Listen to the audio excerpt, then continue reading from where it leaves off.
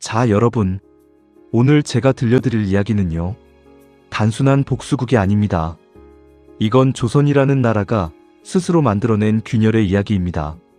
신분이라는 벽, 욕망이라는 불씨, 그리고 그 모든 것이 한꺼번에 무너지는 순간의 이야기. 자, 귀 기울여 보세요. 지금부터 시작합니다. 때는 조선 후기 숙종 연간의 일입니다. 경기도 어느 고을 끝자락에 봉황골이라는 마을이 있었습니다. 이름은 그럴싸하죠. 봉황이 깃든 골짜기. 그런데 실제로 이 마을에 봉황 같은 건 없었습니다. 있는 거라고는 탐욕스러운 양반 하나, 그리고 그의 등에 짓눌려 허리 한번 제대로 못 펴는 백성들 뿐이었죠. 그 양반의 이름은 엄진성. 봉황골에서 가장 큰 기와집 주인이었고 그 고을 수령과 사돈지간이었으며 선산을 팔아도 3대는 먹고 살 만큼 땅을 가진 사람이었습니다. 그런데 이 사람, 가진 것에 비해 품성이 참 고약했습니다. 사람을 사람으로 보지 않는 종류의 인간이었어요.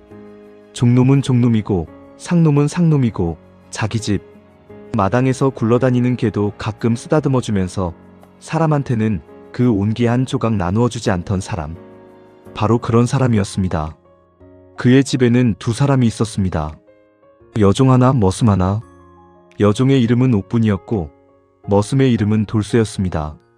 지금 이 두 이름 꼭 기억해 두세요. 이 이야기의 처음과 끝이 이 두 사람입니다. 옥분은 15살에 엄씨집에 들어왔습니다. 그녀의 어머니도 엄씨집 종이었고 어머니의 어머니도 그랬습니다. 대를 이어 종살이를 한 집안이었죠. 태어날 때부터 자유라는 단어를 몰랐던 사람. 옥분은 그런 사람이었습니다. 그런데도 이 여자는 눈빛이 살아있었습니다. 뭔가를 담고 있는 눈. 체념하지 않은 눈. 엄씨 마님은 그 눈빛이 마음에 걸렸다고 합니다. 계집종 주제에 눈이 너무 또렷하다고요. 종은 눈빛도 죽어 있어야 한다고 생각하는 사람들이 있습니다. 참 무서운 시대였죠. 돌쇠는 달랐습니다. 그는 원래 이 마을 사람이 아니었어요. 어디서 흘러왔는지도 불분명한 사내였습니다. 다만 몸이 단단하고 일을 잘했습니다. 엄씨 집에 들어온 건 20살 때 먹을 것이 없어서였죠. 그 시대에 양반집 머슴이 된다는 건 자유를 파는 것과 다름없었습니다. 돌쇠는 그걸 알면서도 들어왔어요. 굶어 죽느냐, 종처럼 살다 죽느냐? 그 두 가지 선택 사이에서 두 번째를 고른 사내. 하지만 이 남자도 눈빛만은 죽어있지 않았습니다. 두 사람이 처음 제대로 마주친 건 우물가였다고 합니다. 옥분이 물을 길어 올리는데 두레박줄이 끊어졌어요. 저 깊은 우물 아래로 두레박이 쑥 빠져버렸죠. 옥분은 그걸 꺼내오지 못하면 매를 맞을 줄 알고 있었습니다. 그런데 뒤에서 누군가가 소리도 없이 다가오더니 우물 안으로 손을 뻗어줄을 낚아올렸어요. 돌쇠였습니다. 아무 말 없이 두레박을 건네주고 그냥 가버렸죠. 옥분이 뒤에서 물었습니다. 왜 도와줬냐고. 돌쇠가 돌아서며 말했습니다. 그냥. 단 두 글자였어요. 그냥. 그런데 그 두 글자가 옥분의 가슴에 오래 남았습니다. 이유 없이 누군가를 돕는다는 것. 종살이하는 사람들 사이에서 그런 일은 드물었거든요. 저마다 살기 바빴으니까. 두 사람은 그렇게 말 한마디씩 나누며 가까워졌습니다. 사랑이라고 부르기엔 너무 고단한 시절이었고 우정이라고 부르기엔 너무 각별한 사이였습니다. 그냥 서로가 서로에게 숨을 쉴 수 있는 공간이 된 거죠. 엄씨집 담장 안에서 유일하게 자신을 사람으로 대해주는 존재. 그게 서로에게 있어 옥분이었고 돌쇠였습니다. 그런데 이게 문제가 됐습니다. 엄진성의 장남, 엄복래라는 자가 있었어요. 나이는 22살. 아버지의 성격을 물려받은 듯 고약하기로는 마을에서 이름이 자자한 젊은이였습니다. 과거 시험은 번번이 떨어지고 집에서는 방탕하게 지냈으며 종들한테는 트집 잡기를 즐겼죠. 그런 복래가 옥분을 눈여겨보기 시작한 겁니다. 아까 제가 말씀드렸죠. 옥분은 눈빛이 살아있는 여자라고. 그 눈빛이 엄복래에게는 다른 의미로 보인 모양이었습니다. 복래는 옥분을 자꾸 불렀습니다. 심부름을 시키고 방에 들어오게 하고 밤늦게 부르기도 했죠. 옥분은 피했습니다. 최대한 눈에 띄지 않으려 했고 마님의 곁을 떠나지 않으려 했어요. 그러나 복례는 집요했습니다. 어느 날 밤 복례가 직접 옥분이 자는 방으로 찾아들었습니다. 그때 돌쇠가 끼어들었어요. 마당에서 기척을 듣고 달려온 겁니다. 두 사람 사이에 싸움이 붙었습니다. 돌쇠가 복례를 밀쳐냈어요. 양반집 자제를 종놈이 밀쳐낸 겁니다. 조선시대에 이건 단순한 몸싸움이 아니었습니다. 이건 신분 질서에 대한 도전이었고 엄씨 집에서 그냥 넘어갈 수 있는 일이 아니었어요. 다음 날 아침 엄진성이 두 사람을 마당에 불러 세웠습니다. 그리고 말했죠. 나가라. 단 두 글자였습니다. 두레박줄처럼 툭 끊어버리는 말. 쫓겨나라.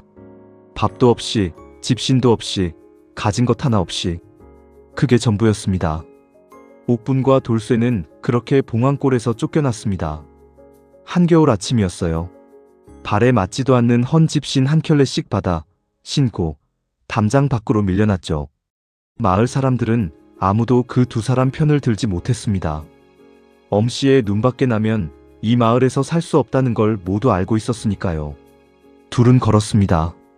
어디로 가는지도 모르고 그냥 걸었어요. 바람이 매섭게 불었고 눈이 쌓인 길은 발이 시렸습니다. 그렇게 한참을 걷다가 돌쇠가 먼저 멈췄어요. 그리고 옥분에게 물었습니다. 어디 가고 싶냐고. 옥분은 잠시 생각하다가 말했습니다. 아무데도 상관없다고. 다만 다시는 누군가의 마당 안에 갇혀 살고 싶지 않다고. 그 말이 두 사람에게 방향이 되었습니다. 방향이 없는 것이 곧 방향이 된 거죠. 자, 여기서 잠깐 멈추겠습니다.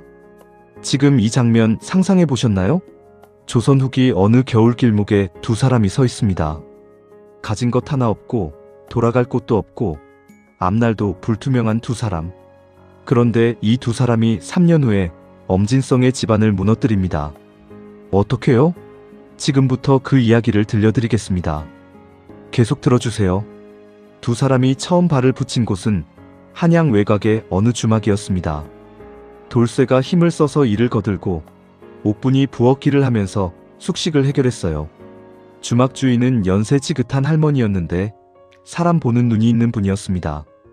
두 사람의 사정을 듣고는 한숨을 쉬면서 이렇게 말했다고 해요. 야, 너희 참 호되게 살았구나. 그런데 한번 뒤집힌 사람이 더 무서운 법이야. 세상이 너희를 뒤집어 놨으니 이제 너희가 세상을 뒤집을 차례요. 할머니의 그 말이 두 사람에게 씨앗처럼 심어졌습니다. 옥분은 주막에서 일하면서 사람 보는 눈을 키웠습니다. 주막이라는 곳은 온갖 신분의 사람들이 드나드는 공간이에요. 양반도 오고 상인도 오고 관아 아전도 오고 지방에서 올라온 장사치도 옵니다. 그들의 대화를 들으면서 옥분은 세상이 어떻게 돌아가는지를 배웠어요.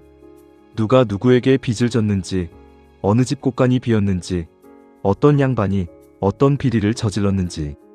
주막은 정보의 바다였습니다. 돌쇠는 그 사이 몸을 팔았습니다. 아, 몸을 판다는 게 나쁜 뜻이 아니라 몸으로 하는 일을 찾았다는 거예요. 짐을 나르고 물건을 실어 나르고 시장판에서 힘쓰는 일을 도맡았습니다. 그러면서 상인들과 네트워크를 쌓기 시작했어요. 조선 후기는 상업이 발달하던 시기였습니다. 시장이 커지고 물건이 돌고 돈이 돌기 시작하던 때 돌쇠는 그 흐름 안에 몸을 실었습니다. 6개월이 지났을 때 두 사람에게 처음으로 돈이 생겼습니다. 큰 돈은 아니었어요. 하지만 자신들이 번 첫 돈이었죠. 그 돈을 놓고 둘이 마주 앉았을 때 옥분이 먼저 말했습니다. 이거 쓰면 안 돼? 돌쇠가 물었죠. 왜? 옥분이 대답했습니다. 이게 씨앗이거든. 씨앗은 먹는 게 아니야. 심어야 해. 돌쇠가 웃었습니다. 그 웃음이 어떤 웃음이었는지는 아무도 기록하지 않았지만 저는 그게 오랫동안 잊고 있던 무언가를 되찾은 사람의 웃음이었을 거라고 생각합니다. 두 사람은 그 돈을 미천으로 작은 장사를 시작했습니다. 처음에는 포목 장사였어요. 옥분이 시장을 돌며 싸게 사오고 돌쇠가 멀리 나가 비싸게 팔았죠. 수익이 작았지만 꾸준했습니다. 그 수익을 다시 굴리고 또 굴렸어요. 1년이 지나자 두 사람은 작은 방 하나를 얻어 살 수 있게 됐습니다. 2년이 지나자 가게 하나를 낼 수 있게 됐죠. 그런데 장사는 돈만 버는 게 아닙니다. 사람을 모읍니다. 신뢰를 모읍니다. 옥부는 장사하면서 만나는 사람들을 그냥 넘기지 않았어요. 한 명 한 명 기억했습니다. 그 사람이 어떤 사람인지, 무엇이 필요한지, 어디에 약한지, 어디에 강한지. 옥분의 머릿속은 점점 정교한 지도가 되어가고 있었습니다. 사람들의 지도. 그 즈음에 두 사람의 관계도 변했습니다. 어느 날 옥분이 돌쇠에게 물었어요. 우리 언제까지 이렇게 살 거냐고. 돌쇠가 되물었습니다. 어떻게 살고 싶은데? 옥분이 대답했어요. 사람답게. 단 세 글자였지만 그 말의 무게는 엄청난 것이었습니다. 사람답게. 조선시대의 종으로 태어났던 두 사람에게 그 말은 선언이었고 약속이었고 목표였습니다. 그날 밤 돌쇠가 옥분의 손을 잡았습니다. 그리고 말했죠. 같이 가자. 어디든. 사람답게 살 수 있는 곳으로. 자, 여기까지 들으셨나요? 숨 한번 고르시고요. 이제부터 이야기가 본격적으로 달라집니다. 두 사람이 단순히 살아남는 이야기에서 돌아가는 이야기로 바뀌는 순간이 옵니다. 그 순간이 언제 왔냐고요? 지금 바로 말씀드리죠. 장사를 시작한 지 1년 반쯤 됐을 때입니다. 옥분이 주막에서 우연히 들은 이야기가 있었어요. 어느 상인이 술에 취해 떠드는 소리였는데 경기도 어느 고을에서 큰 땅 거래가 있었다는 거였습니다. 논 수십 마지기가 한꺼번에 넘어갔다는데 그 땅의 원래 주인이 무슨 빚 때문에 억울하게 넘겨줬다는 소문이 돌고 있다고요. 그 고을 이름을 들었을 때 옥분의 손이 멈췄습니다. 봉황골. 그 이름이었어요. 옥분은 아무 표정도 짓지 않았습니다.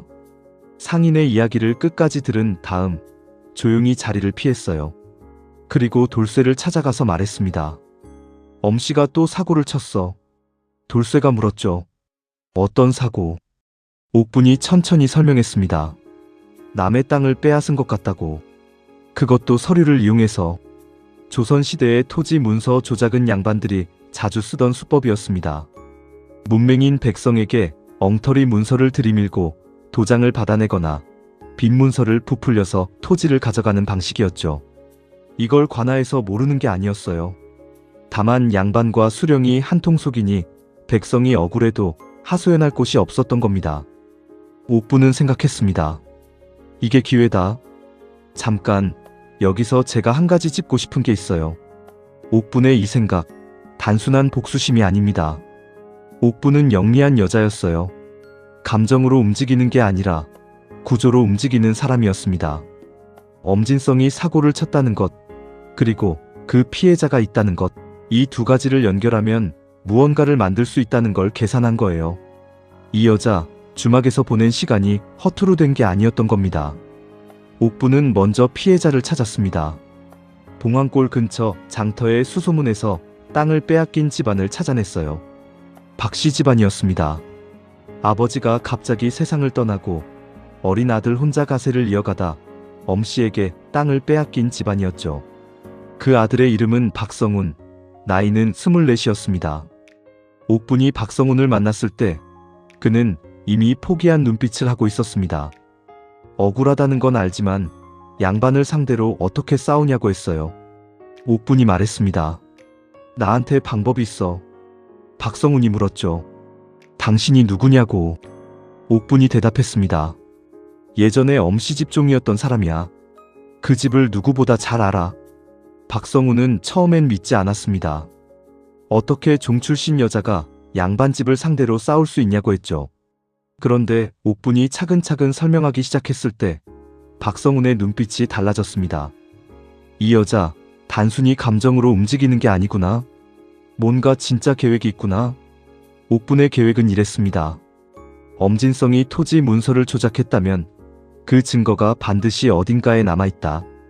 문서 조작에는 반드시 중간 다리가 되는 사람이 있게 마련이고 그 사람은 보통 아전이나 서리 같은 하급 관리다. 그 사람을 찾아내서 증거를 확보하고 그것을 가명에 직접 올리면 된다. 박성훈이 말했어요. 쉽게 말하지만 그 증거를 어떻게 찾냐고. 옥분이 웃으며 대답했습니다. 나는 2년 동안 이 지방 사람들 얘기를 다 들었어. 엄씨 집 아전이 누군지도 알고 그 아전이 어디에 약한지도 알아. 바로 이거였습니다. 옥분이 주막에서 쌓아온 정보들. 단 한 조각도 버리지 않았던 그 정보들이 이 순간을 위해 모여 있었던 겁니다. 돌쇠는 이 계획을 듣고 한동안 아무 말이 없었습니다. 그러다 물었어요. 잘못되면 어떡하려고? 옥분이 말했습니다. 잘못돼도 지금보다 나빠질 건 없어. 우리는 이미 바닥에서 시작했잖아. 돌쇠가 고개를 끄덕였습니다. 그 끄덕임 하나가 계획을 실행으로 바꾸었습니다. 옥분이 먼저 움직인 건 아전이었습니다. 김아전이라고 봉황골 인근 관아에서 문서를 관리하는 사람이었어요. 이 사람의 약점은 돈이었습니다. 월급은 쥐꼬리만 했고 부인이 아파서 약값이 많이 들어갔거든요. 엄씨에게 잘 보여서 뒷돈을 받아온 사람이었는데 그 뒷돈으로 생활하던 사람이었죠. 옥분은 직접 그를 찾아가지 않았습니다. 대신 시장에서 안면 있는 약재상을 통해서 김아전의 부인에게 좋은 약재를 대줬어요. 공짜로. 아무 조건 없이. 그리고 기다렸습니다. 사람이란 은혜를 받으면 마음이 움직이게 되어 있거든요. 특히 가족을 걱정하는 사람은요. 2달이 지났을 때 김아전이 먼저 연락을 해왔습니다. 당신이 왜 이걸 줬냐고. 옥분이 만났습니다. 그리고 솔직하게 말했어요. 엄씨에게 억울하게 당한 사람이 있다고. 그 사람을 돕고 싶다고. 당신이 알고 있는 걸 나눠주면 나도 당신이 필요한 걸 드릴 수 있다고. 김아전은 한참 침묵했습니다. 그리고 말했어요. 내가 아는 건 많아. 근데 엄씨는 수령하고 연이 닿아있어. 가명에 올려도 묵힐 수 있어. 옥분이 말했습니다. 가명이 아니라 더 위로 올리면 되잖아요. 더 위? 그 말이 공중에 떠올랐습니다. 조선시대에 억울한 일을 당했을 때 최후의 수단이 있었어요. 격쟁이라고 합니다. 임금의 행차 때 징이나 꽹과리를 두드려서 억울함을 직접 호소하는 것이죠. 또는 신문고라는 북을 쳐서 사연을 올리는 방법도 있었고요. 물론 이게 실제로 성과를 내려면 내용이 탄탄해야 했고 증거가 명확해야 했습니다. 그렇지 않으면 오히려 무고죄로 벌을 받을 수 있었으니까요. 옥분은 이미 그 가능성을 열어두고 있었습니다. 처음부터 김아전이 결심하는 데는 시간이 걸렸습니다. 하지만 부인이 옥분이 보내준 약재로 몸이 나아지는 걸 보면서 그리고 자기 자신이 살아온 방식을 돌아보면서 결국 결심했어요. 그리고 건넸습니다. 문서 사본 하나? 엄진성이 박씨 집 토지를 넘겨받을 때 쓴 계약서의 원본과 조작된 사본을 나란히 비교할 수 있는 자료였습니다. 두 문서의 도장이 달랐습니다. 필체도 달랐어요. 같은 날짜에 작성된 2개의 다른 문서. 이게 증거였습니다. 돌쇠가 이걸 받아들고 웃었습니다. 이거 하나로 되겠냐고 물었어요. 옥분이 말했습니다. 이거 하나로는 안 돼. 근데 이게 시작이야. 옥분은 계속 움직였습니다. 봉황골 주변을 수소문하니까 엄씨에게 피해를 입은 사람이 박씨만이 아니었어요. 수년에 걸쳐서 여러 집안이 비슷한 방식으로 당했던 겁니다. 옥분은 그 사람들을 하나씩 찾아갔습니다. 당신도 당했냐고. 같이 싸우자고. 물론 모두가 동의한 건 아니었습니다. 무서워서 거부한 사람도 있었고 이미 포기한 사람도 있었죠. 하지만 5집이 함께 하겠다고 나섰습니다. 5집. 이제 개인의 억울함이 아니라 집단의 억울함이 됐어요. 그 즈음에 한 가지 변수가 생겼습니다. 엄진성이 2 사람의 움직임을 눈치챘어요. 봉황골 근방에서 어떤 여자가 자기 이름을 물어보고 다닌다는 소문이 들어온 거죠. 엄진성은 처음엔 무시했습니다. 어떤 여자가 감히. 그런데 이름이 옥분이라는 소리를 들었을 때 뭔가 불길한 느낌이 들었다고 해요. 그 눈빛 또렷하던 계집종. 엄진성은 신복을 시켜 옥분의 행방을 찾아냈습니다. 그리고 사람을 보냈어요. 협박을 하러. 멈추지 않으면 가만두지 않겠다고. 돌쇠가 그 신복을 받아냈습니다. 몸싸움이 붙었어요. 돌쇠가 이겼습니다. 그리고 말했죠. 돌아가서 전해라. 우리는 멈추지 않는다고. 그 말이 엄진성에게 전해졌을 때 엄진성은 처음으로 진짜 두려움을 느꼈다고 합니다. 종놈이 자기한테 그런 말을 한다는 것 자체가 그에게는 충격이었어요. 세상이 바뀌고 있다는 신호였으니까요. 자, 이야기의 절정이 다가오고 있습니다. 숨 한번 크게 쉬시고요. 여기서부터는 정말 놓치면 안 됩니다. 옥분과 돌쇠는 쫓겨난 지 정확히 2년 11개월이 지난 시점에 움직였습니다. 때마침 감사가 이 고을 순행을 나오는 일정이 잡혀 있었어요. 감사라는 건 각 돌을 관리하는 고위 관리입니다. 이 사람이 고을을 지나갈 때 백성들이 직접 억울함을 호소할 수 있는 절차가 있었습니다. 물론 쉬운 일이 아니었어요. 접근 자체가 막혀 있는 경우가 많았고 양반 세력이 미리 손을 써놓는 경우도 많았죠. 그런데 옥부는 2년 가까이 쌓아온 인맥을 이 한순간을 위해 총동원했습니다. 감사의 행렬 경로를 파악하고 그 경로 중 어디에서 접근이 가능한지를 알아냈어요. 그리고 5집 피해자들을 그 지점에 미리 데려다 뒀습니다. 감사의 가마가 지나가던 그 아침, 박성훈이 길 한복판에 엎드렸습니다. 뒤이어 나머지 4집 사람들도 엎드렸어요. 그리고 소리쳤습니다. 억울하옵니다. 감사의 행렬이 멈췄습니다.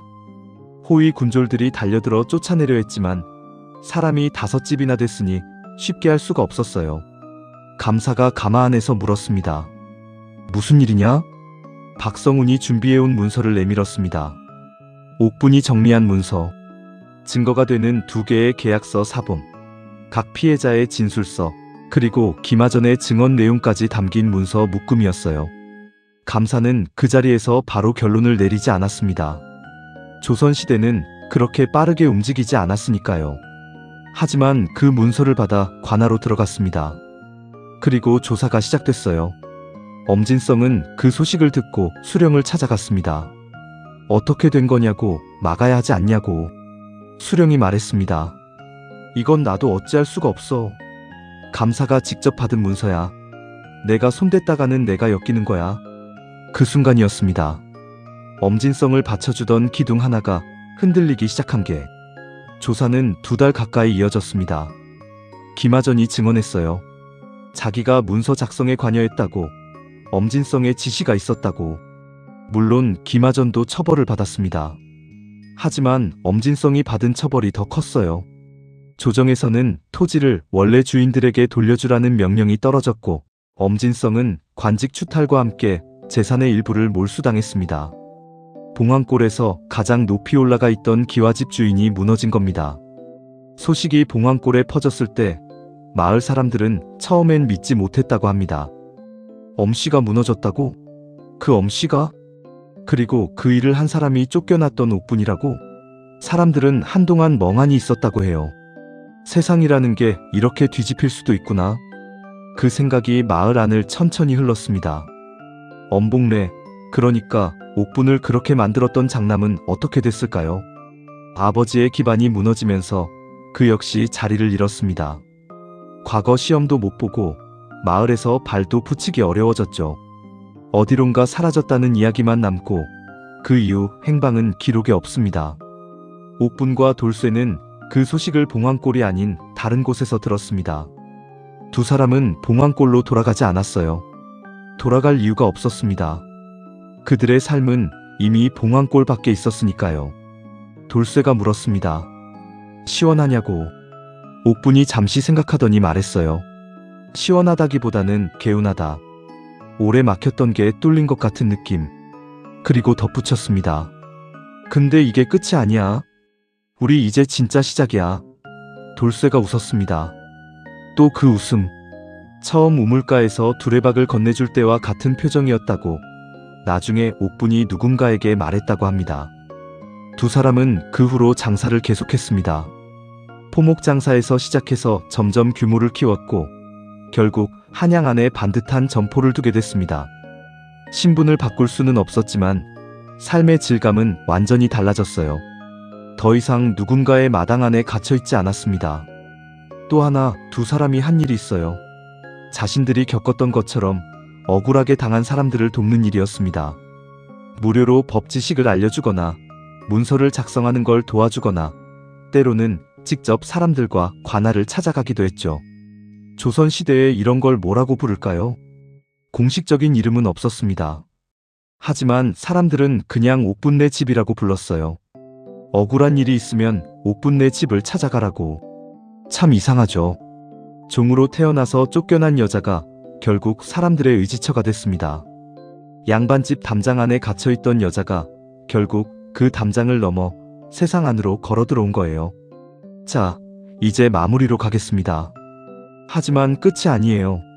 한 가지만 더. 오랜 세월이 지난 뒤에 옥분이 어떤 자리에서 말했다고 합니다. 나는 엄씨를 미워하지 않는다고. 사람들이 놀랐어요. 그 사람이 당신한테 그렇게 했는데 어떻게 미워하지 않냐고. 옥분이 말했습니다. 미워하면 내가 지는 거야. 그 사람이 나를 쫓아낸 건 나를 자유롭게 해준 거야. 내가 거기 계속 있었으면 지금 내가 어땠겠어. 그 말이 퍼졌습니다. 마치 씨앗처럼. 봉황골에서 한양으로, 한양에서 또 다른 어딘가로. 돌쇠는 그 말을 옆에서 듣고 고개를 끄덕였습니다. 그리고 아무 말도 하지 않았어요. 그 침묵이 동의였고 그 동의가 두 사람의 언어였습니다. 쫓겨난 여종과 머슴. 그들이 3년 뒤 양반가를 무너뜨렸다는 이야기 어떻게 들으셨나요? 이건 단순한 복수 이야기가 아니었습니다. 이건 사람이 사람으로 서는 이야기였어요. 신분이 아니라 의지로, 출신이 아니라 선택으로, 가진 것이 아니라 아는 것으로 세상을 바꾼 두 사람의 이야기. 조선이라는 나라는 결국 무너집니다. 어느 왕조든 영원하지 않습니다.